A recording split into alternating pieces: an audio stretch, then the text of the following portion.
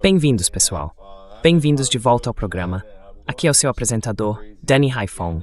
Estou em Hangzhou, na China, e estou enfrentando alguns problemas malucos com a VPN. Então, se eu cair, o Patrick vai assumir e depois eu volto por outro caminho. Mas cliquem no botão de curtir, pessoal. Isso ajuda a manter o programa no ar. E quero apenas agradecer ao Patrick. Obrigado por voltar ao programa. É ótimo estar com você novamente. Ótimo estar com você, Danny.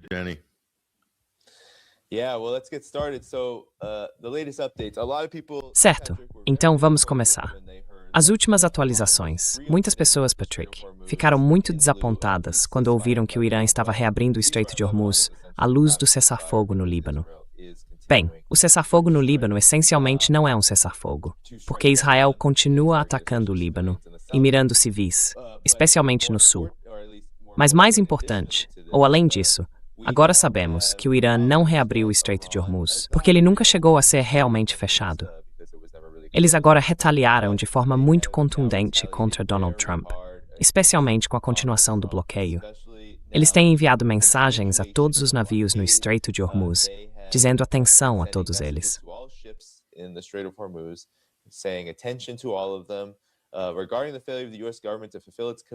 Em relação ao fracasso do governo dos Estados Unidos em cumprir seus compromissos nas negociações, o Irã declarou novamente o Estreito de Hormuz completamente fechado. Nenhuma embarcação, de qualquer tipo ou nacionalidade, tem permissão para atravessá-lo.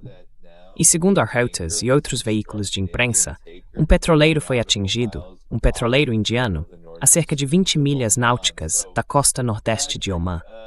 Então, Patrick, parece que as coisas estão desmoronando com a tentativa do governo Trump de... Bem, vou deixar você responder isso. Seja lá o que ele esteja tentando fazer com o Irã. Realmente parece que as coisas estão se desfazendo. O Irã também rejeitou as conversas, então estamos meio que de volta à estaca zero novamente. Quais são seus pensamentos sobre o que tem acontecido com esses últimos desdobramentos? É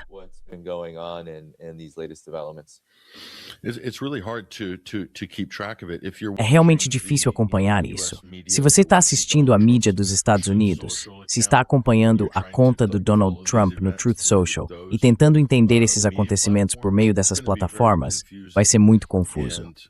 E eu acho que a forma como eu encaro isso, Danny, é que eu não confio em nada do que o governo Trump diz sobre qualquer coisa.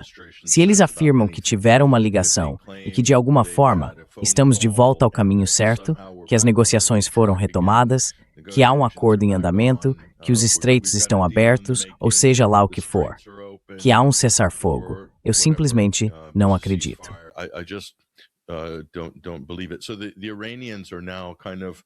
Então os iranianos estão agora, eu acho, naquela posição, confiar, mas verificar, ao estilo Reagan, porque estão lidando com um ator instável.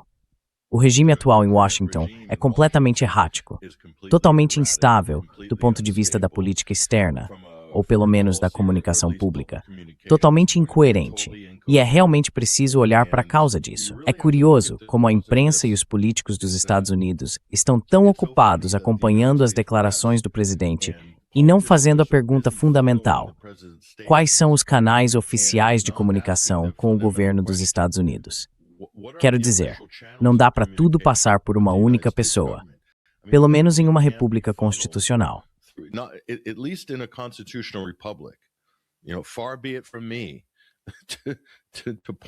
Longe de mim querer apontar isso. Os Estados Unidos não são uma ditadura, não são uma monarquia, é uma república constitucional. Temos freios e contrapesos, temos o devido processo legal e temos canais de comunicação estabelecidos pelos quais o governo pode se comunicar com seu próprio povo, bem como com o mundo, a comunidade empresarial e a mídia. Então, quais são os canais oficiais de comunicação? É o Departamento de Estado? É Mike Pompeo, secretário de Estado? É o porta-voz da Casa Branca? É a plataforma Truth Social de Donald Trump? Um site de propriedade de Trump? Tipo, o que é? E é aí que está a base do problema. Like, what is it? And that's the basis of the problem. And so Iran, I believe, has already priced this in. E, portanto, acredito que o Irã já levou isso em conta.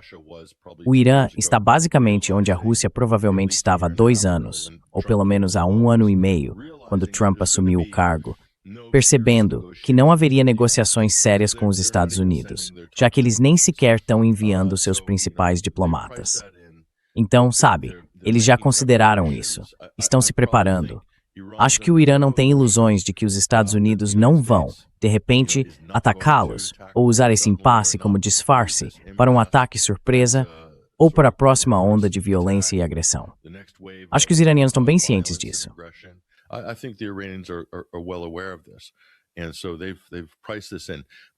Então eles já precificaram isso. Ainda estão meio que seguindo o protocolo. Mas mesmo que quisessem cooperar com os Estados Unidos, como fariam isso? Donald Trump fez algumas afirmações fundamentais sobre o que o Irã teria prometido, como a de que o Irã abriria mão de todo o urânio enriquecido. De onde isso veio? Certamente não veio dos iranianos. Depois ele disse que Israel havia parado de bombardear o Líbano porque ele mandou. Foi isso que Trump publicou em sua conta no Twitter. Claro que isso não era verdade. Israel rompeu esse chamado cessar-fogo imediatamente. E agora o que Israel fez foi um desvio. Israel detonou.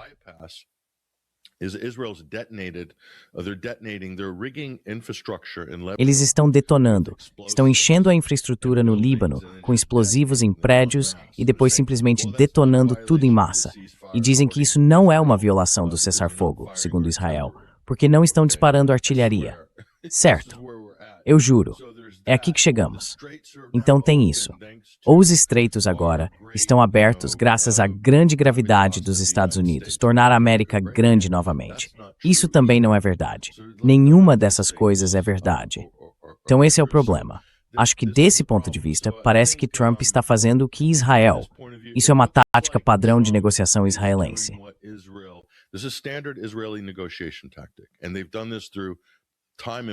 E eles têm feito isso desde tempos imemoriais, através de Oslo, de todas as diferentes negociações, de Gaza e assim por diante, e também com o acordo com o Irã. O que Israel sempre fazia era basicamente fazer alegações em público, ou confundir a conversa publicamente, ou tentar inserir ressalvas mesmo quando elas não existiam. Então, podiam se virar e culpar o outro lado por rejeitar um acordo perfeitamente bom e depois retomar as hostilidades. É nisso que Israel realmente é bom. Eles têm muitas décadas de experiência aperfeiçoando essa técnica.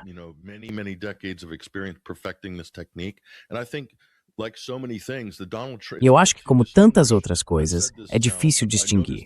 Notei isso há cerca de um mês, que os Estados Unidos estão adotando máximas israelenses, táticas israelenses, em termos de comunicação e de como conduzem seus assuntos e políticas militares.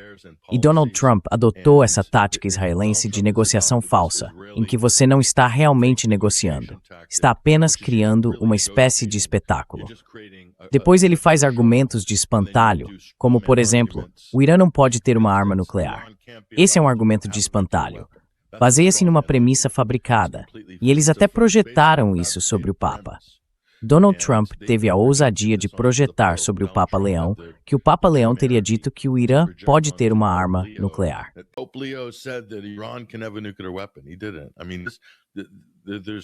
Ele não fez isso. Esta Casa Branca não tem vergonha. Quero dizer, eles farão qualquer coisa para projetar, desviar, confundir. E é isso que você está vendo agora. Acho que estão tentando preparar o Irã para um golpe no estilo israelense, em que o acusariam de alguma forma sabotar o cessar-fogo ou o acordo. Eles tentaram isso durante as negociações em Islamabad. Tentaram atravessar o Estreito de Hormuz com 2 destroyers dos Estados Unidos, com os transponders desligados. Acredito que provavelmente estavam tentando provocar fogo dos barcos iranianos. Assim poderiam chegar em Islamabad e dizer, olha, viemos aqui de boa fé, J.D. Vance, eles é que não querem negociar. E ele realmente fez isso.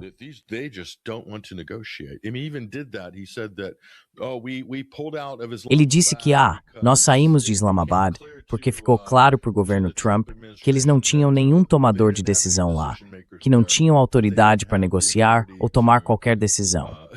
Então arrumamos nossas coisas e fomos embora. A realidade é que ele está descrevendo a si mesmo, J.D. Vance. Ele está descrevendo a equipe dos Estados Unidos. Eles estão o tempo todo ao telefone com Trump ou recebendo ordens diretas de Netanyahu. Eles não tinham nenhuma autonomia. Como em tantas outras coisas com esse governo Trump e com Israel, toda acusação é uma confissão. Já soa como um clichê neste ponto, mas ainda assim é muito verdadeiro. E isso pode ser aplicado praticamente a qualquer declaração agora do governo dos Estados Unidos e dos israelenses, incluindo o que está acontecendo neste momento.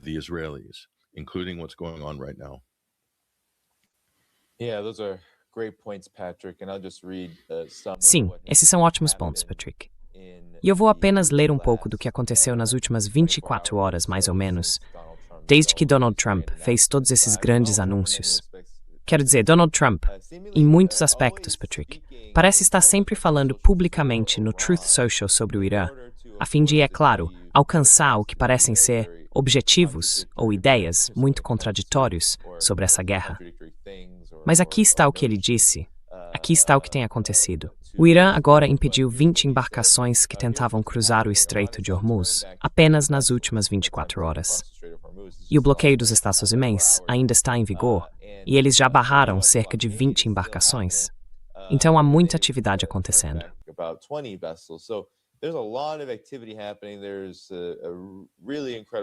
Há um vídeo realmente incrível circulando no X. Eu gostaria de poder mostrar para todos vocês, mas ele mostra a atividade no Estreito de Hormuz, navios navegando e de repente dando meia volta, porque, obviamente, estão recebendo a mensagem do Irã de que isso simplesmente não vai acontecer enquanto os Estados Unidos não cumprirem compromissos muito básicos. Um desses já está em andamento, como no Líbano, que é uma catástrofe absoluta. Mas também, esse bloqueio, eu queria saber o que você pensa sobre isso, sobre o que está motivando essa parte, Patrick. Porque parece que Donald Trump e os Estados Unidos realmente querem que o Estreito de Hormuz tenha mais atividade. E, ao mesmo tempo, estão impondo esse bloqueio totalmente absurdo agora. Já estamos quase há uma semana nisso, e o Irã respondeu e retaliou na mesma medida.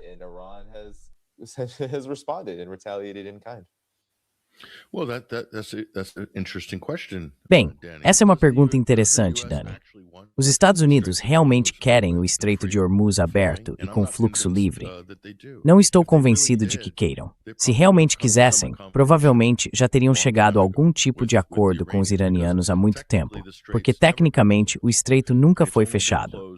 Ele só foi fechado para certos navios de determinados países, ou seja, aqueles que têm colaborado ou facilitado ataques dos Estados Unidos em solo iraniano. Então, em termos de remessas para a China e outros países desse tipo, não há restrição. Eles estão fazendo negócios com o Irã e assim por diante. Agora, a outra questão é, isso é legal do ponto de vista do direito internacional? Isso se enquadra em uma área cinzenta durante um período de guerra. Portanto, temos duas posições padrão.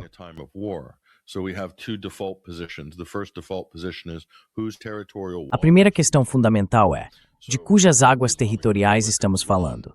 Estamos falando da República Islâmica do Irã e do Golfo de Omã em relação ao próprio Estreito de Hormuz. Agora, qual é o contexto aqui? Esta não é uma situação normal. O Irã foi atacado pelos Estados Unidos em uma guerra de agressão não declarada. Eles também foram atacados por Israel de forma coordenada. Portanto, trata-se de uma conspiração entre dois governos, o israelense e o americano, que conspiraram para lançar uma guerra de agressão não declarada contra um Estado-membro da ONU, um Estado soberano, a República Islâmica do Irã. De acordo com o direito internacional, isso precisa ser resolvido. O precedente diz que deve haver algum tipo de acordo ou tratado para encerrar essa guerra.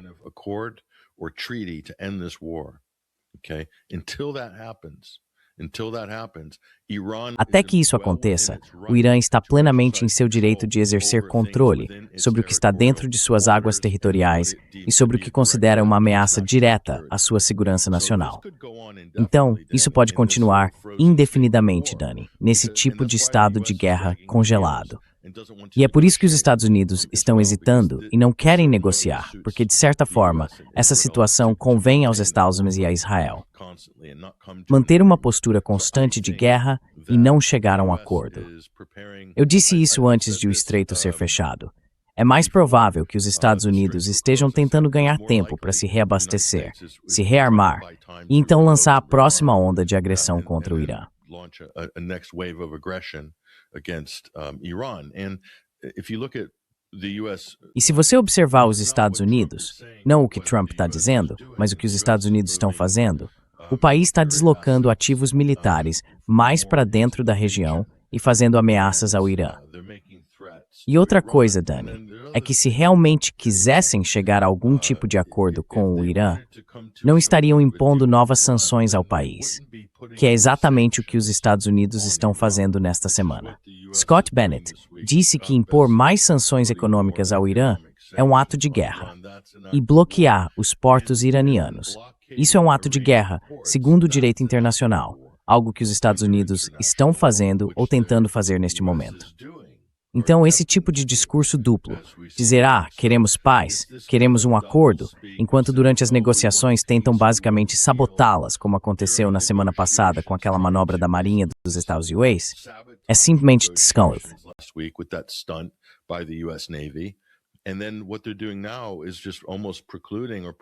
E o que eles estão fazendo agora é basicamente impedir qualquer chance de negociações reais e de boa-fé. Os Estados Unidos não agem de boa-fé. Essa administração não negocia de boa-fé.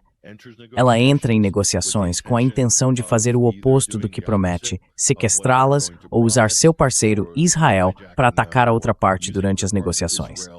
Todas essas coisas os Estados Unidos já fizeram.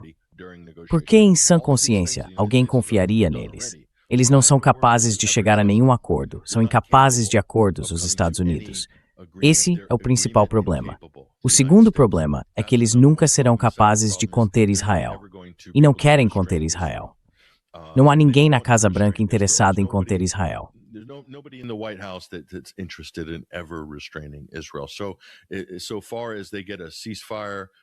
Até agora, mesmo que consigam um cessar-fogo com o Líbano, isso nem é um cessar-fogo de verdade.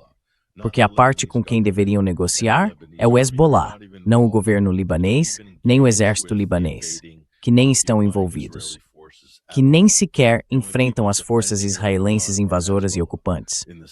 As únicas pessoas que estão defendendo o Líbano são os membros do Hezbollah no sul, porque o exército libanês não o faz, já que o presidente e o primeiro-ministro do Líbano, Nawaf Salam, estão sob controle direto de Washington e Tel Aviv. Eles são, na verdade, fantoches dos Estados Unidos e de Israel, agindo desses países.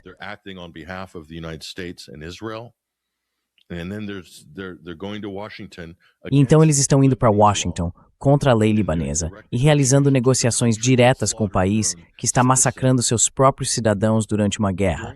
E isso é pior do que uma guerra. Estas são as piores atrocidades israelenses já infligidas ao Líbano.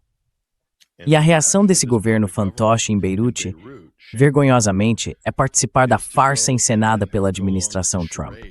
Enquanto isso, o enviado especial de Trump, Tom Barrack, tem trabalhado incansavelmente para fomentar uma guerra civil no Líbano, tentando fazer com que o governo libanês desarme o Hezbollah à força. Isso levará a uma guerra civil. É exatamente isso que os Estados Unidos e Israel querem. Então é isso que está acontecendo com o Líbano. Certo, essa é uma frente que Israel está conduzindo de forma agressiva neste momento.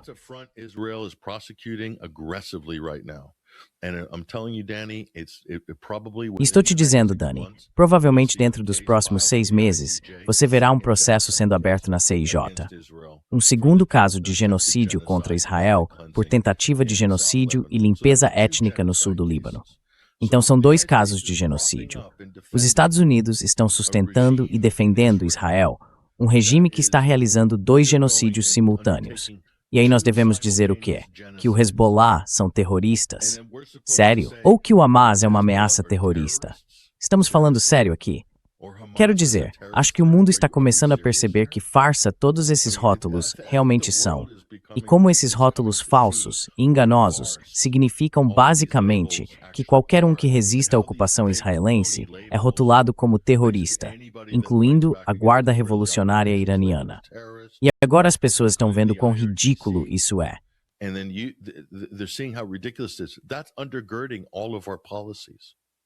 É isso que sustenta todas as nossas políticas, todas as justificativas frágeis para essas guerras e para os crimes de guerra que os Estados e Israel estão cometendo. Tudo isso é sustentado por esses rótulos falsos de terrorismo impostos por Israel, pelos Estados Unidos, por Bruxelas, pelo Reino Unido, pela França e pela Alemanha. É isso. É o resumo da história. O resto do mundo não vê dessa forma. E, aliás, segundo o direito internacional, o povo do sul do Líbano tem o direito de travar uma luta armada de libertação. Eles têm o direito, conforme o direito internacional, de resistir a um ocupante ilegal.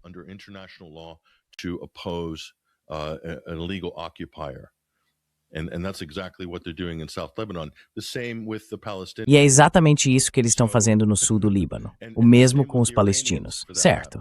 E o mesmo com os iranianos, aliás.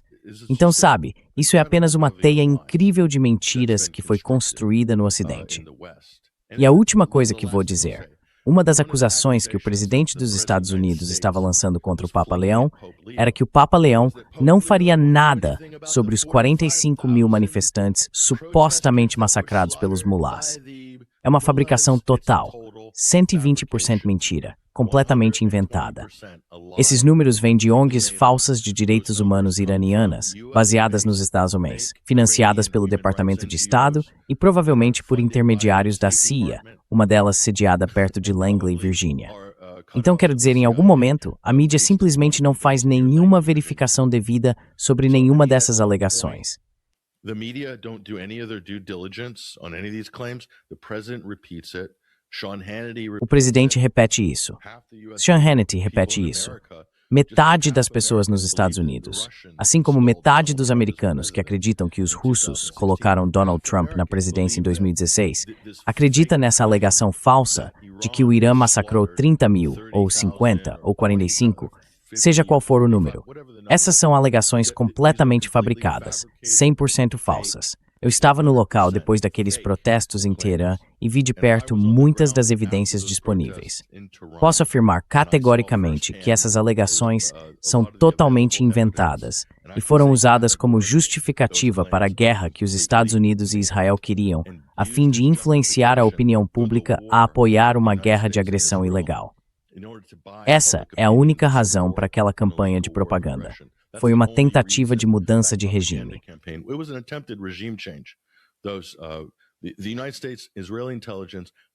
Os Estados Unidos, a inteligência israelense e o próprio Donald Trump admitiram ter inundado ativistas no Irã com armas. Ele chegou a se gabar disso publicamente, por acidente. Mas ele também minou sua própria narrativa falsa, junto com as declarações de, não sei quantos, oficiais de inteligência israelenses e norte-americanos, de que eles tinham agentes e provocadores infiltrados no terreno, dirigindo as hostilidades durante esses chamados protestos democráticos em janeiro. É simplesmente inacreditável que as pessoas ainda estejam levando isso adiante. Mas essa propaganda é, na verdade, toda a base do tipo de legitimidade moral, o fino véu de legitimidade moral, que os Estados Unidos e Israel estão tentando usar, de alguma forma, um ataque aos iranianos.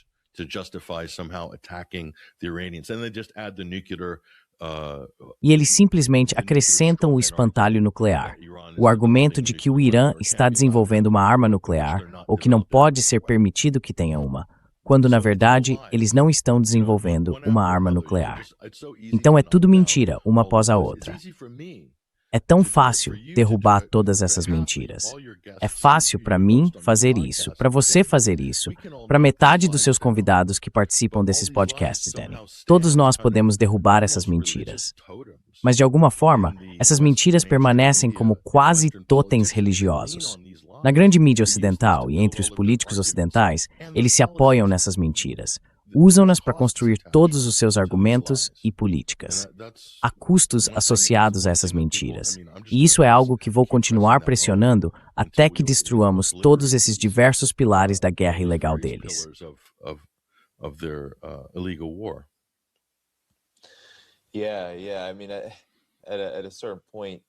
Sim, quero dizer, em certo ponto, para os Estados Unidos, é o império, com o governo Trump agora no comando, isso se torna quase como um processo contínuo de auto-humilhação que leva a mais agressão, levando a esse ciclo de, o ciclo da guerra.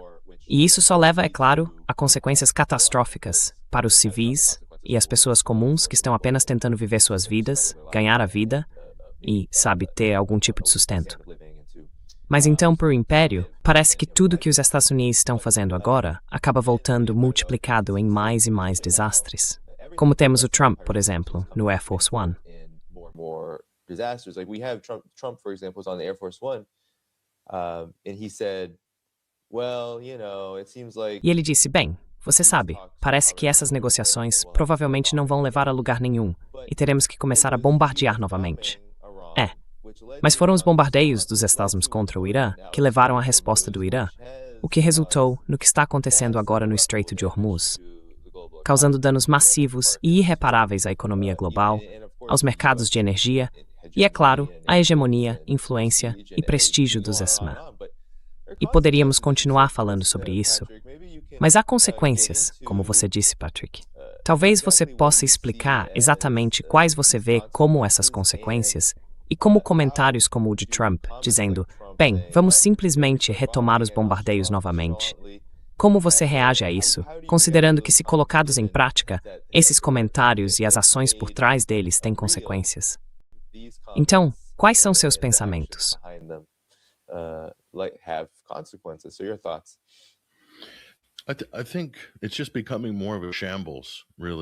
Acho que isso está se tornando cada vez mais uma bagunça, de verdade.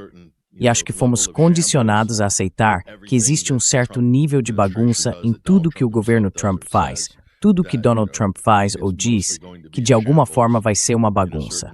Mas acho que até isso tem limites.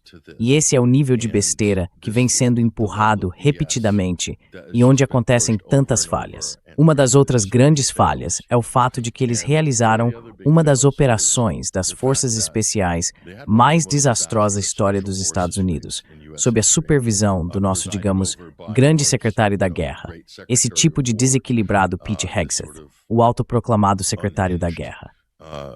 Pete Hegseth, the self-styled Secretary of War. It was his Jimmy Carter moment. That was Donald Trump's. Foi o momento Jimmy Carter dele. Esse foi o momento Jimmy Carter de Donald Trump. E foi isso que levou ao surto de Trump sobre aniquilar a civilização iraniana.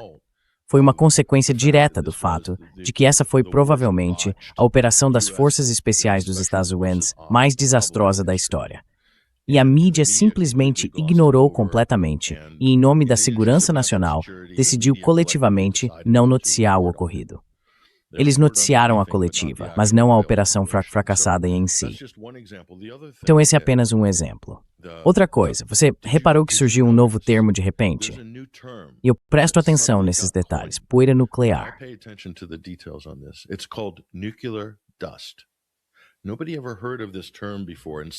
Ninguém jamais tinha ouvido esse termo antes. E de repente o presidente o diz. E então, quase como por mágica, você começa a ouvir J.D. Vance repeti-lo. Ele chega a dizer, como o presidente diz, poeira nuclear. E então a mídia começa a dizer poeira nuclear. E depois autoridades dos Estados Unidos estão dizendo poeira nuclear. Por que diabos eles adotariam um termo como esse, que não existia antes de Donald Trump dizê-lo há 3 semanas, em, acredito eu, um segmento da Fox News? Poeira nuclear. Do que diabos ele está falando? E aí você volta e ouve o clipe, Dani. O clipe original, quando Trump inventou esse termo, o contexto em que ele o inventou é condenatório. É condenatório. Ele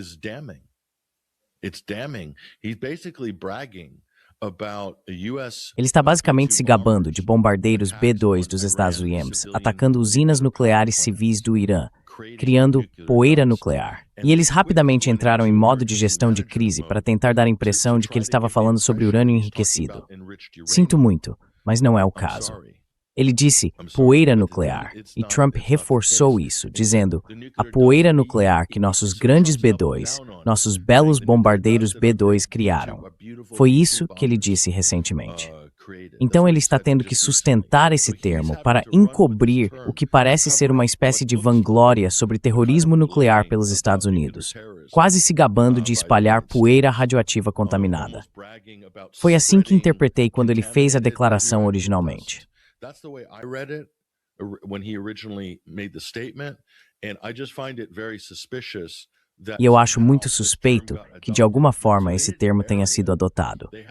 Eles não o enterraram, basicamente tiveram que cooptar o termo, depois suavizá-lo e começar a usá-lo para legitimá-lo. Eu presto atenção a essas coisas, porque estudo propaganda. Então isso realmente foi um grande sinal de alerta. Mostra o nível de corrupção que temos em Washington. Corrupção institucional. A mídia também faz parte desse ecossistema corrupto porque está acobertando o presidente. Em vez de haver um jornalista consciente entre todos esses grandes veículos indo atrás dele perguntando o que exatamente você quer dizer com bombardeiros B-2 criando poeira nuclear?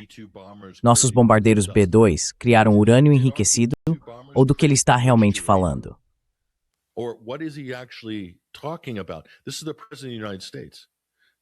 Este é o presidente dos Estados Unidos. Não é apenas um cara qualquer na esquina. Não é o Lindsey Graham. É o presidente dos Estados Unidos. Então deveria haver alguma explicação sobre o que ele está dizendo aqui. Pessoalmente, acho que ele está aludindo a um enorme crime contra a humanidade. Os Estados Unidos são culpados de terrorismo nuclear, assim como os israelenses. E isso já é motivo suficiente para encerrar tudo isso. Encerrar esta guerra, encerrar este governo, encerrar Donald Trump. Quero dizer, se tivéssemos um sistema que realmente valesse algo como uma verdadeira república, já estaríamos encerrando isso agora. Trump já estaria sendo impedido agora. Isso já passou e muito do ponto de risco geral.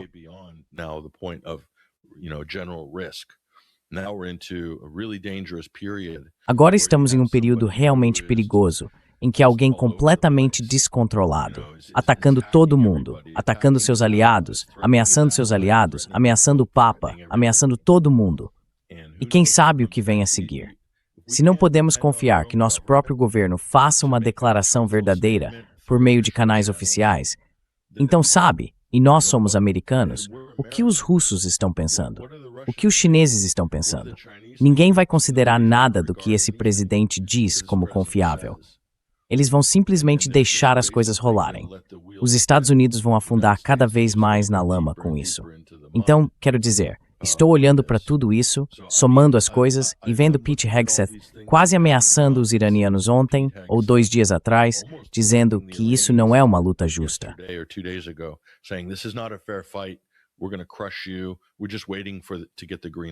Vamos acabar com você. Estamos basicamente só esperando o sinal verde. E é assim que você vai conduzir as negociações? Não sei. Ele também atacou todos os seus antigos apoiadores. Acabou de chamar Joe Kent de perdedor e canalha no Truth Social. Quero dizer, estamos falando de um veterano condecorado das Forças Especiais que serviu com honra em sua própria administração. E então, só porque essa pessoa se demite por um bom motivo, como denunciante, é atacada. Isso deveria servir de alerta para outras pessoas que atualmente apoiam o presidente, que vocês também serão jogados debaixo do ônibus e insultados se de alguma forma discordarem desta administração.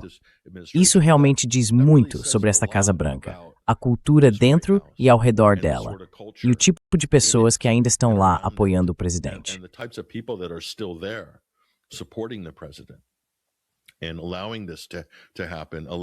E permitir que isso aconteça. Permitir que o cargo seja degradado, que a reputação do cargo seja manchada. E então você sabe, alguns de nós que somos críticos do presidente, Dani, os apoiadores dele dizem que não estamos respeitando o presidente ao chamá-lo de idiota ou algo assim. Quero dizer, como você chama Donald Trump neste ponto? Ele não está demonstrando nenhum respeito pelo público americano. Ele desrespeitou o cargo de presidente. Ele insultou, difamou e caluniou praticamente todo mundo ao seu redor. Então, o que devemos fazer? Dizer, sim, senhor presidente, sim, excelência. Esse tipo de bajulação e reverência, nesse ponto, é ridículo.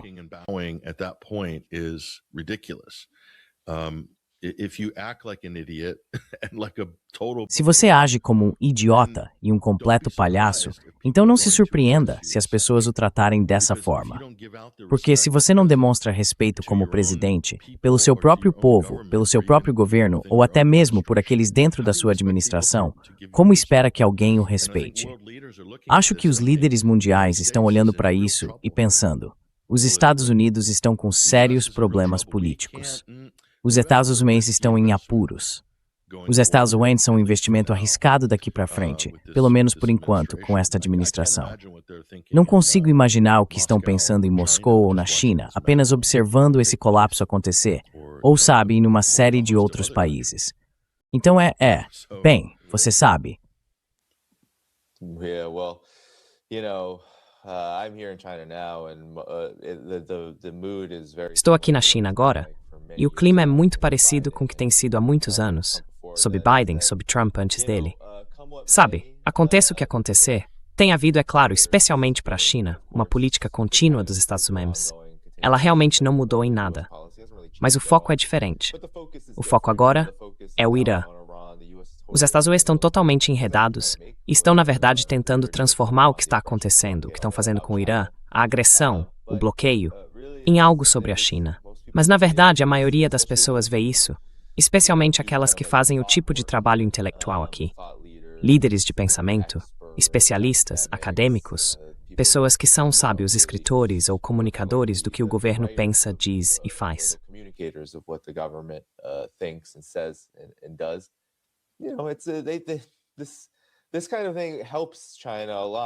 Esse tipo de coisa ajuda muito a China, porque isola qualquer força que possa pensar. Talvez seja uma boa ideia fazer parceria com os Estados Unidos. Talvez adotar o modo de vida dos Estados Unidos, sua forma de organização política, suas políticas, tudo isso, seja uma boa ideia. Não sei. Talvez há 20 ou 30 anos houvesse mais pessoas, especialmente nessas instituições de alto escalão, que pensassem assim. Agora praticamente não há ninguém que pense dessa forma, seja no público em geral, ou entre as pessoas que trabalham dentro das instituições, governo, academia, qualquer lugar. Então isso só continua. Mas com a situação do Irã, Patrick, o que isso diz agora que estamos nesse ponto? Sinto que o governo Trump não tem nenhuma opção que signifique algo, exceto realmente a escalada ou simplesmente a rendição.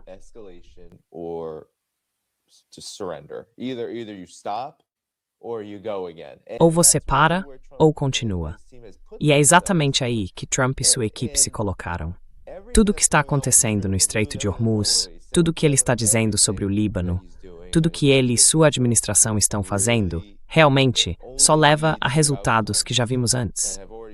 E isso é realmente, eu não me lembro, Patrick. Você se lembra de alguma guerra que os Estados Unidos tenham travado diretamente assim, em que tão rapidamente esse resultado tenha surgido, ou esse cenário tenha se formado, e em que realmente não haja possibilidade de uma saída, a menos que a forma de pensar desses belicistas mude de repente?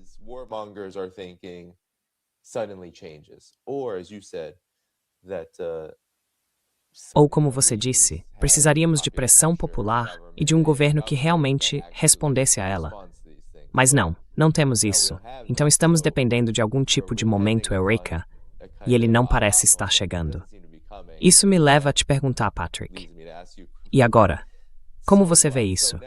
Acho que este é um momento muito surpreendente na história, em termos de quão rapidamente estamos vendo esta guerra se transformar em... nem posso chamar de atoleiro.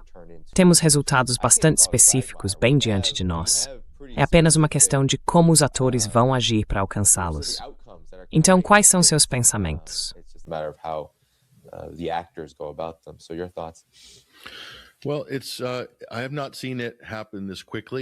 Bem, eu não vi isso acontecer tão rapidamente, mas já vimos elementos disso no passado. Então podemos olhar para esses casos e tentar entender qual foi a motivação por trás deles.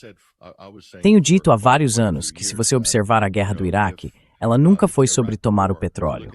Na verdade, o resultado líquido da guerra do Iraque foi que a produção de petróleo no país diminuiu, de modo que havia menos petróleo no mercado global como consequência. E sabe, eu conhecia pessoas que atuavam no comércio de petróleo por meio de várias bolsas, inclusive em Londres. E ficou muito claro, no final dos anos 2000, que os Estados Unidos e seus aliados estavam espalhando a orientação de não comprar petróleo da companhia estatal iraquiana.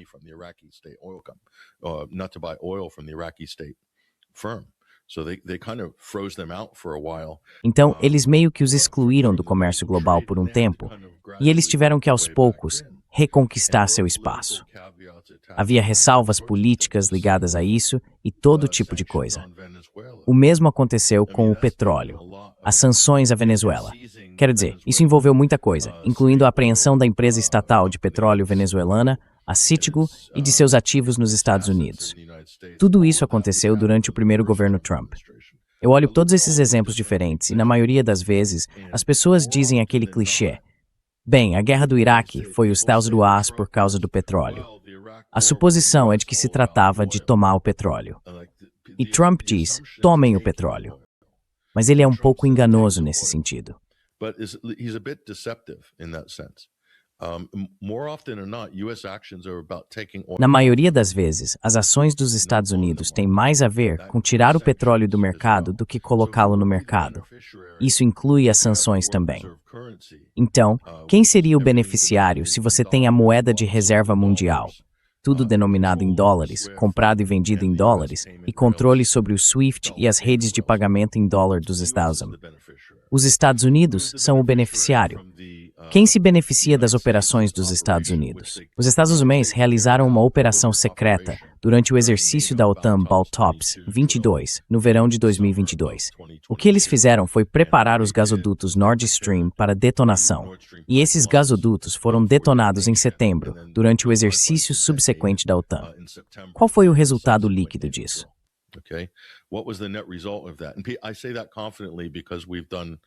Digo isso com confiança porque fizemos o trabalho que publicamos no 21st Century Wire.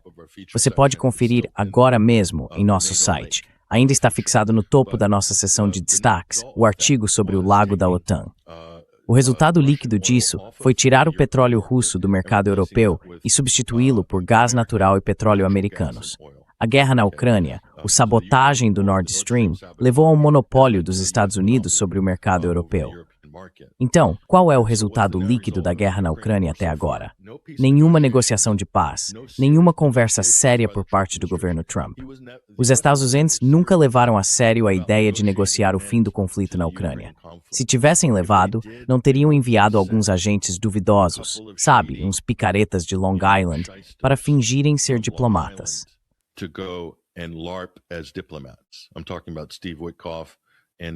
Estou falando sobre Steve Witkoff e Jared Kushner.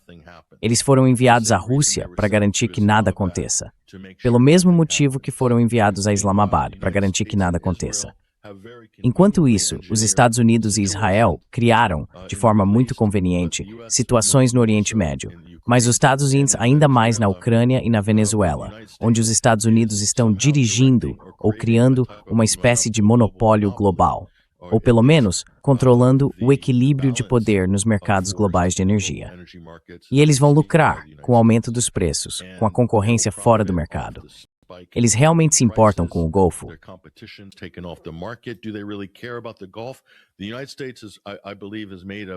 Os Estados Unidos, acredito eu, fizeram um julgamento de valor de que podem suportar uma queda no petróleo do Golfo sendo denominado em dólares americanos, ou comprado e vendido em dólares americanos, o que cria uma demanda artificial pela moeda, o chamado sistema do petrodólar.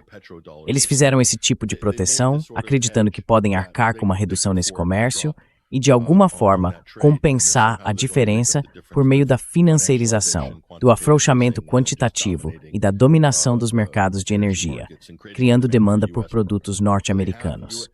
Um jornalista britânico, Richard Medhurst, fez um documentário curto muito bom sobre isso, mostrando que os Estados Unidos substituíram a bacia do petrodólar do Golfo Pérsico por uma nova bacia europeia de gás e petróleo em dólares.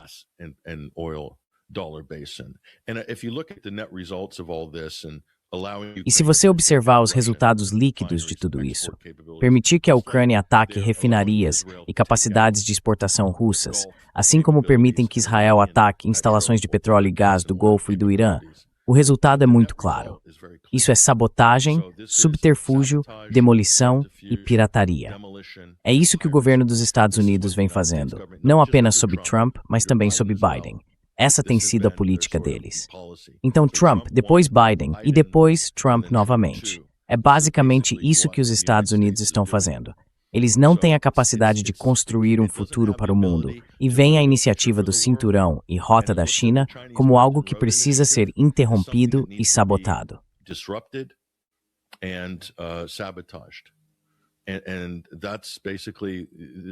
E é basicamente isso. Os Estados Unidos estão agindo como piratas.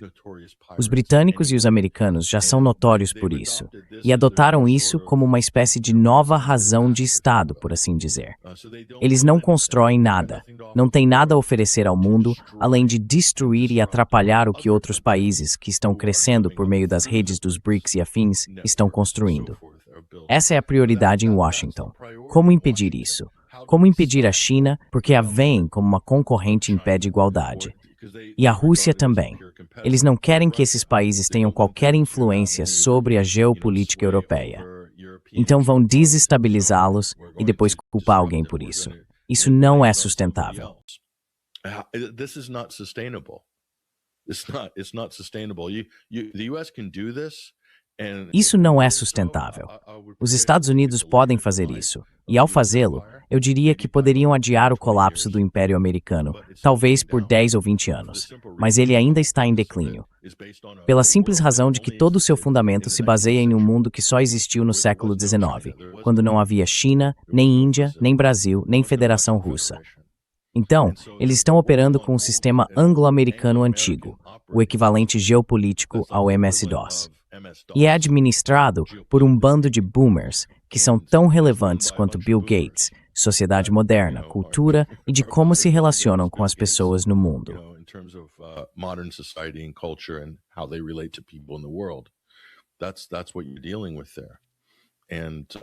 É isso com o que você está lidando aí. E há muito dinheiro envolvido nisso, e eles não vão desistir.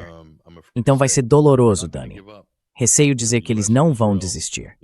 Os Estados Unidos, Israel, os britânicos, eles estão presos nesse modo e não vão desistir. Eles acreditam que têm a tecnologia, por meio de drones e IA, para vencer essa guerra tecnológica de atrito contra a Rússia, a China, o Irã e outros que consideram inimigos ou concorrentes. Esse é o modo de pensar no momento. Agora, isso pode mudar, Dani. Isso pode mudar. A realidade política pode se impor, a realidade econômica pode se impor. Mas no momento, eu ouço os discursos de pessoas no RUS, nos Estados Unidos e nos think tanks americanos.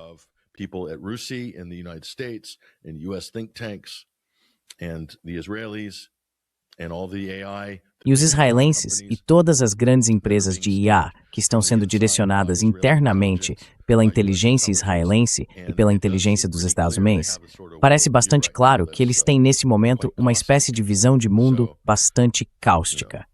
Então, sabe, quão bem-sucedidos eles serão em seus empreendimentos? Veremos. E qual será o custo disso? Esse tipo de guerra tecnológica está automaticamente levando a uma resposta muito dura. A Rússia fez algumas declarações esta semana, dizendo que está observando todos os fabricantes de drones espalhados pela Europa. Os europeus criaram toda uma rede de fabricação de armas para abastecer a Ucrânia, a fim de atacar a Rússia. Basicamente, essa é a carreira estratégica da Ucrânia, que foi construída e depois difundida por toda a Europa, com o Reino Unido e outros países europeus, criando componentes e sediando joint ventures com empresas ucranianas.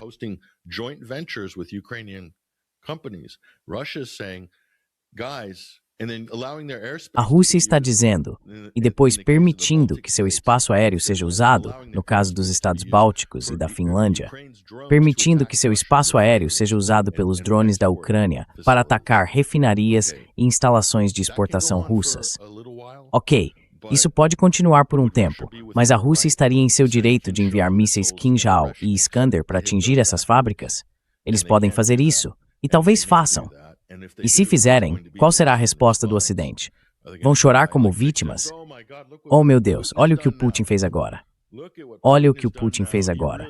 Ele realmente está obcecado em nos dominar, nós europeus. Quero dizer, será apenas o próximo capítulo desse espetáculo insano de vaudeville que tivemos de suportar nos últimos 4 ou 10 anos. Então veremos.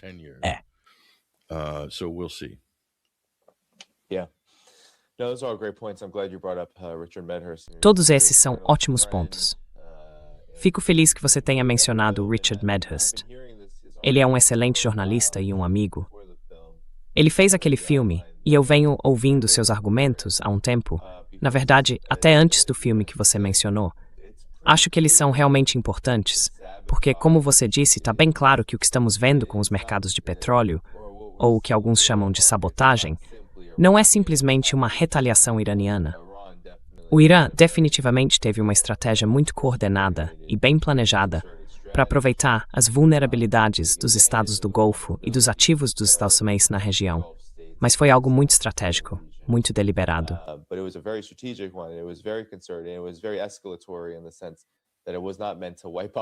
Foi algo muito escalatório, no sentido de que não era para acabar com os mercados de energia de uma só vez.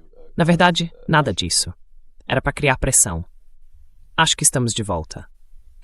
Eles tentam culpar o Irã. Os estados do Golfo, seja os Emirados Árabes Unidos ou a Arábia Saudita, culpam o Irã por ataques cuja origem real é desconhecida, provavelmente drones israelenses. E então sim, a pergunta é, por que fazer isso? Mas parece óbvio o motivo. Você já explicou aí. Depois há o outro lado da questão. Tipo, ok, isso é eficaz? É eficaz para ganhar dinheiro. É eficaz para manipular os mercados de energia. E, quem sabe, talvez até se possa dizer que é uma forma de assumir o controle deles, por enquanto.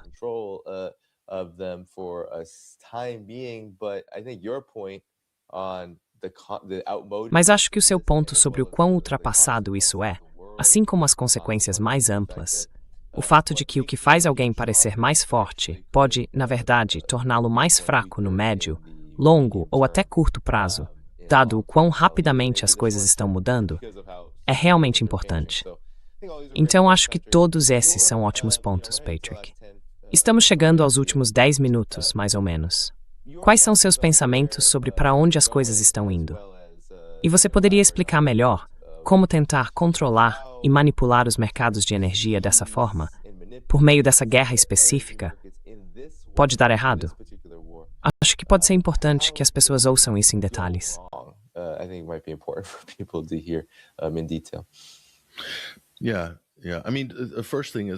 Sim. Quero dizer, a primeira coisa é que existem alguns fundamentos sobre história e impérios que você precisa observar e assimilar. Eu publiquei um vídeo no meu Substack ontem à noite explicando mais ou menos isso.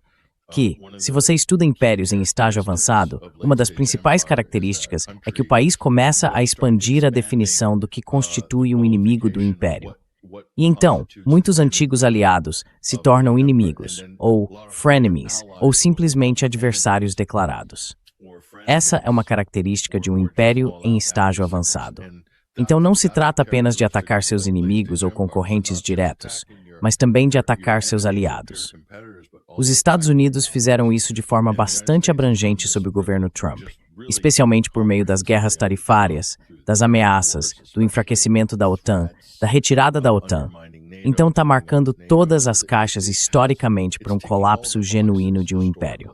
É isso que acontece. E não precisa necessariamente ser o Trump, mas ele acelerou esse processo.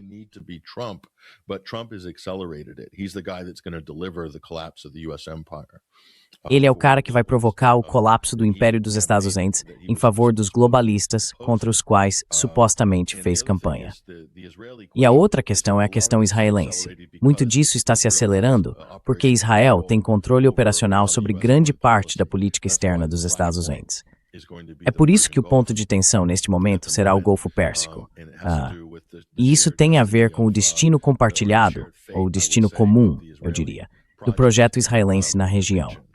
Então esses são dois fundamentos que são praticamente irrefutáveis, realmente, se você olhar para a história. É exatamente para aí que as coisas estão indo. Portanto, isso pode dar errado. Essa abordagem de pirataria, sabotagem e destruição da política externa tem vida curta.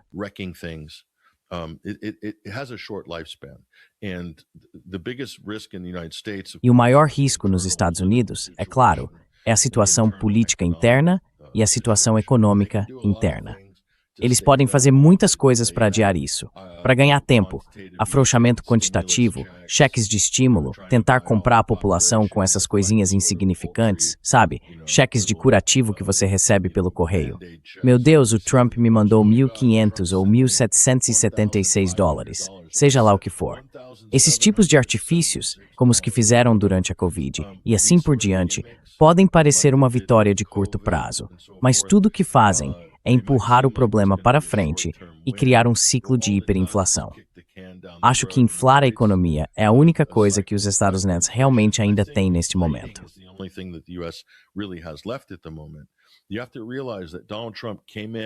Você precisa entender que, quando Donald Trump assumiu, toda aquela questão sobre Elon Musk e Doge era realmente importante, porque dava a falsa impressão de que Trump queria responsabilidade nos gastos do governo, reduzir o déficit federal e evitar uma falência total, um verdadeiro capítulo 11 para o governo dos Estados Unidos. O que aconteceu foi o oposto. O governo agora está gastando demais, com o déficit atingindo níveis recordes no primeiro ano de Trump. Provavelmente vai ultrapassar cerca de 2,5 trilhões de dólares acima do orçamento, o que significa que o dinheiro real, em termos de receitas do governo, acaba em maio, e tudo que vem depois é emprestado e adicionado ao déficit a partir desse ponto. Então, quem vai ser o beneficiário desse déficit? Bem, um dos principais beneficiários do aumento dos gastos deficitários é o complexo militar industrial. E quem vai se beneficiar disso? Vai ser o Elon Musk. The beneficiary of that is going to be Elon Musk. So this was a complete con job. Então isso foi uma completa armação, um golpe total de Elon Musk para se inserir no governo, fingindo ser patriota, tipo, vamos para Marte. Todo mundo dizia nos grandes comícios, não é incrível? É meio como Bill Gates dançando no palco com Jeff Ballmer no lançamento do Windows 97, ou seja lá o que for. É simplesmente aquela energia ridícula de IPO de tecnologia que o Musk injetou. E então ele, Alex Carr, Palmer Luckey, todos esses caras da tecnologia que agora migraram para a indústria de defesa e estão fundindo IA com o setor militar, estão vendo isso como uma mina de ouro. É isso que está impulsionando a próxima bolha, impulsionando o próximo mercado.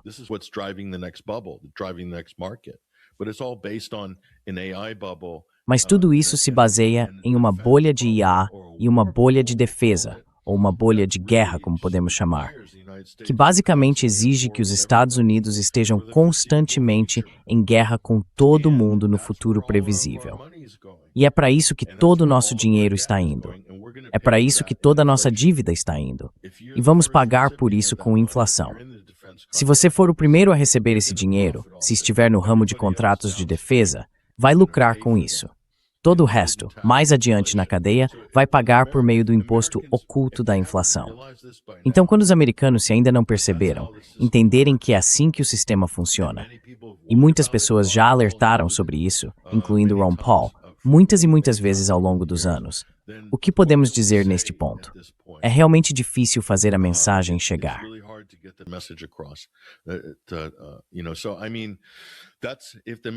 Então, quero dizer, se a mensagem realmente for compreendida e surgir um líder democrático que consiga de alguma forma introduzir responsabilidade fiscal e fundamentos na conversa, ou se um Thomas Massie conseguir ter sucesso político e de algum modo mudar o pensamento dos americanos sobre o papel do país no mundo, e no mundo futuro, se é que haverá um mundo futuro no qual ter um papel, se essas coisas acontecerem, então sim, há uma chance de que os Estados Unidos evitem um desastre total e consigam encerrar seu império de forma relativamente tranquila.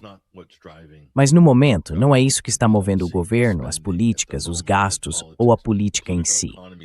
A economia política está direcionada para as coisas que acabei de mencionar. Então não acho que isso vá ter um final feliz.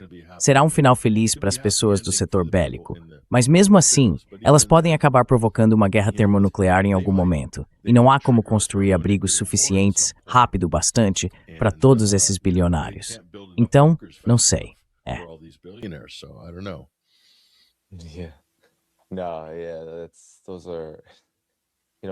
Não, sim.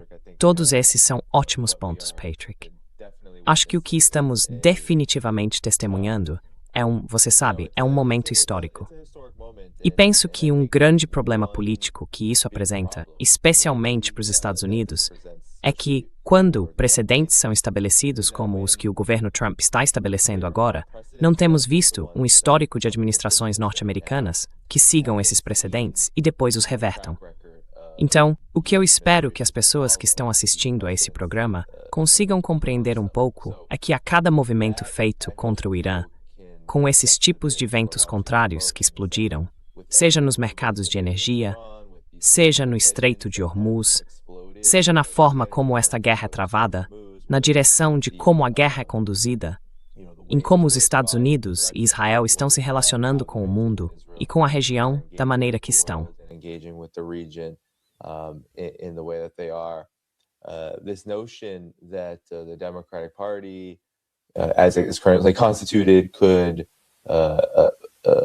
materially make a difference when they come in, not only gets harder, it's hard to believe given how they are politically, but also if once the precedents are set, they become new standards for the empire. We've seen this over and over and over again, from the surveillance state to the war on terror to, Libya, Syria, we go on down all the list, and then Ukraine.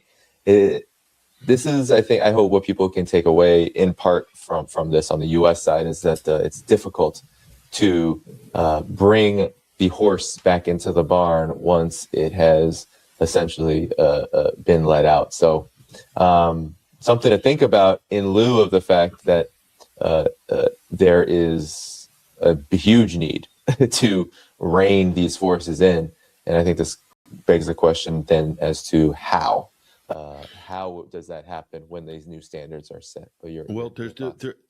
There's one thing that could Bem, make that happen. há uma coisa que poderia fazer isso acontecer, e acho que concordaríamos, Dani. Não há chance de os Estados Unidos serem capazes de chegar a um acordo, de conseguir elaborar um marco, assinar um tratado e realmente cumpri-lo. Pelo menos sob esta administração, isso não é possível. A única coisa que poderia criar uma mudança de paradigma seria os Estados Unidos perderem militarmente, economicamente ou politicamente, ou nas três frentes. Aí haveria uma chance. Esse é um ponto fundamental. Agora, isso poderia acontecer. Provavelmente exigiria que o Irã derrubasse um bombardeiro B-2 dos Estados Unidos durante um desses ataques de aniquilação de terra arrasada conduzidos por Pete Hegseth e pelo Pentágono dos Estados Unidos. Pete Hegseth and the U.S. Pentagon, or that could happen in Cuba. Ou isso poderia acontecer em Cuba, com a invasão de Cuba por Trump, que ele está planejando neste exato momento. Esse poderia ser o momento em que esse castelo de cartas da legitimidade dos Estados Unidos desmorona, e talvez até uma derrota militar embaraçosa. Não acho que os Estados Unidos conseguirão bombardear Cuba indiscriminadamente, e não acredito que as pessoas em nosso hemisfério ficarão de braços cruzados, permitindo que isso aconteça.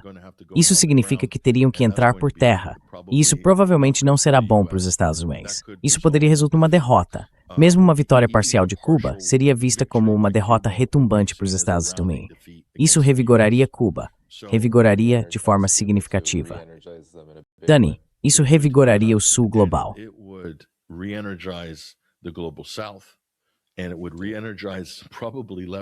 E isso provavelmente revigoraria os governos de esquerda em todo o mundo e lhes daria uma nova sobrevida que não existia antes de Trump. Então, isso também poderia representar uma mudança de paradigma. E outra coisa, Joe Kent disse algo recentemente, na semana passada, que acredito ser o motivo pelo qual Donald Trump o atacou.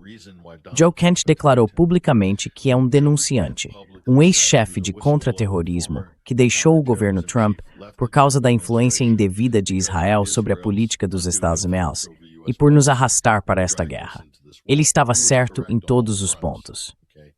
Ele disse que o motivo de Trump estar atacando a OTAN é porque os Estados Unidos estão procurando uma desculpa para sair temporariamente da aliança, a fim de abrir caminho para que Israel ataque a Turquia.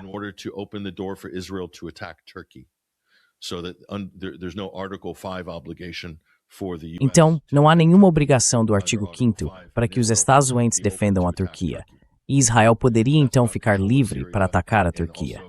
Isso tem a ver com o controle da Síria e a influência na região. Acho que Joe Kent estava certo. Acho que este é um plano israelense. O ex-primeiro-ministro israelense Naftali Bennett declarou publicamente que a Turquia, abre aspas, o novo Irã.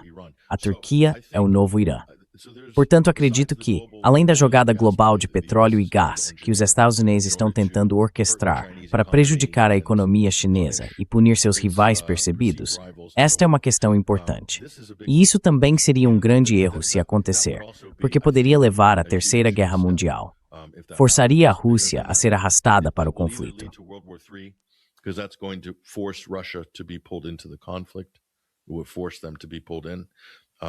Isso os forçaria a se envolver e forçaria os europeus a entrar nesse conflito, seja qual for a forma que ele assuma. Isso poderia acelerar as coisas e poderíamos chegar a uma conclusão. Não sei qual seria o desfecho disso, mas certamente chegaríamos a uma conclusão nessa situação. Então, quero dizer, acho que isso faz parte do plano israelense. Acho que sim. E esse é apenas outro ponto potencial de tensão, além de Cuba, Dani, que poderia nos dar a resposta que estamos procurando. Pode não ser uma boa resposta. Pode ser uma boa resposta, não sei. Mas essas são situações reais, situações realmente prestes a explodir.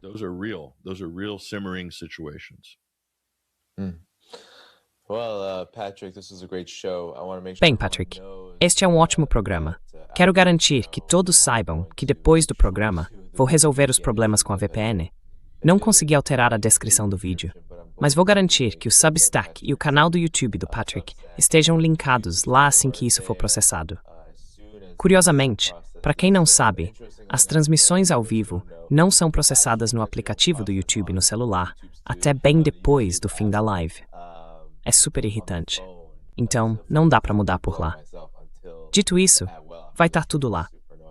Não deixem de apoiá-lo tanto no Substack quanto no YouTube. Apertem o botão de curtir antes de sair. Quero agradecer a todos que enviaram um super chat. Já vou mostrar aqui. Enquanto isso, vou perguntar ao Patrick se há algo que ele queira divulgar, algo que ele queira dizer ao público antes de encerrarmos. Então, Patrick. Keep up doing the great work. Continue com o ótimo trabalho, Dani. E também, sim, se alguém puder visitar nosso canal no YouTube, curta e se inscreva. Qualquer ajuda é bem-vinda. Isso faz uma diferença enorme para conseguirmos mais visibilidade, porque temos sido limitados nessa plataforma há muito tempo, na verdade, há mais de uma década. Então é só graças às pessoas que vêm ajudar ativamente a impulsionar nosso canal que conseguimos alguma visibilidade. Agradeço muito a todos que fizerem isso. Muito obrigado.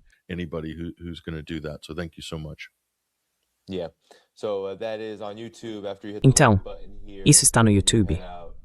Depois de clicar no botão de curtir aqui e ir até o 21st Century Wire, você pode procurar isso diretamente na barra de pesquisa. A descrição do vídeo terá o link em breve. E se quiser apoiar o Patrick no Substack, é só procurar por Patrick Henningsen Substack que vai aparecer. Então, sem mais delongas, pessoal, cliquem no botão de curtir. Estou programado para conversar com o professor Maman Hadi amanhã, domingo, no mesmo horário. Mas as coisas podem mudar se eu não conseguir resolver essa questão do VPN, porque realmente preciso de um VPN para fazer a transmissão com ele. Vou manter todos informados, mas estarei ao vivo de qualquer forma amanhã e aviso o que estiver acontecendo. Então, antes de sair, cliquem no botão de curtir, pessoal. Estou indo nessa. Agradeçam novamente ao Patrick clicando no botão de curtir e conferindo o trabalho dele. Tchau, tchau. Bye bye.